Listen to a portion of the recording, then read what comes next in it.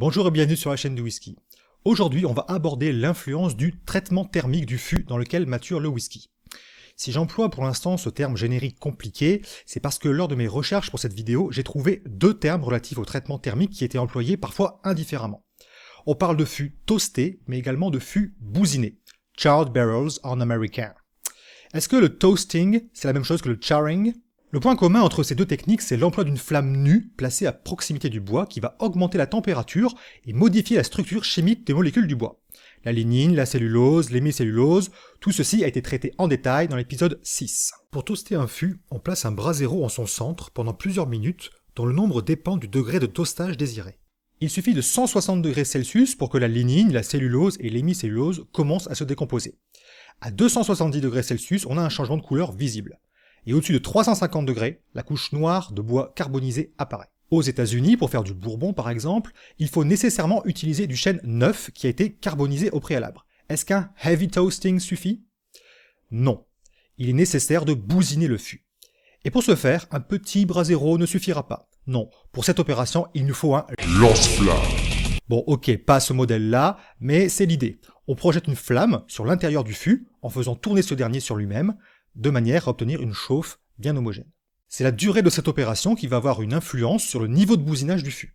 On a principalement 4 niveaux de charring. Le niveau 1 est obtenu au bout de 15 secondes, et vous voyez que la couleur est déjà bien plus sombre que le niveau le plus intense de toasting. Avec 15 secondes supplémentaires, nous voilà au niveau 2, et le bois commence à cloquer. Le niveau 3 est obtenu en 35 secondes. C'est le niveau le plus communément utilisé dans l'industrie. Et enfin, il faut 55 secondes pour arriver au niveau 4, un niveau où la structure macroscopique du bois est tellement dégradée qu'elle évoque ceci, c'est-à-dire de la peau d'alligator.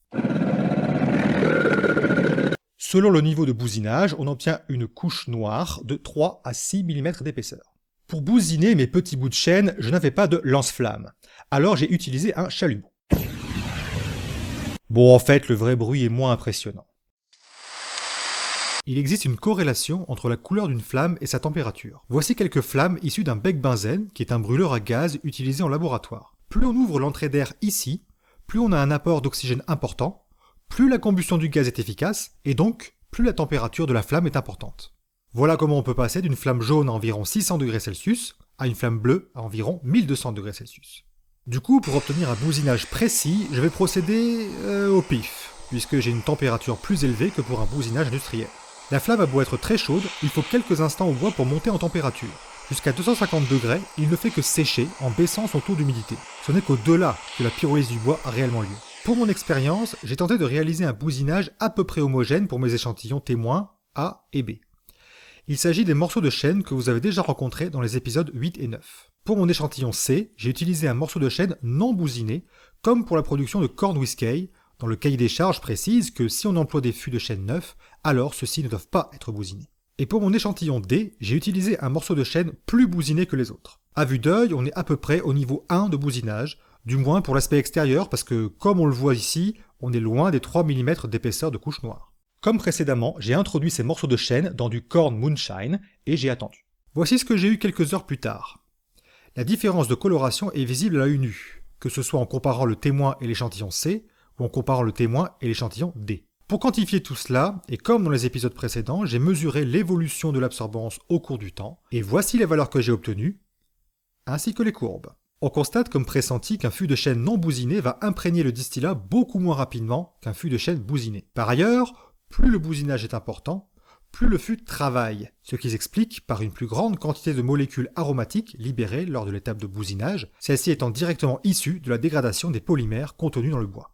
La courbe de l'échantillon D semble même s'envoler, du coup il serait intéressant d'avoir le point suivant sur la courbe. Que voici.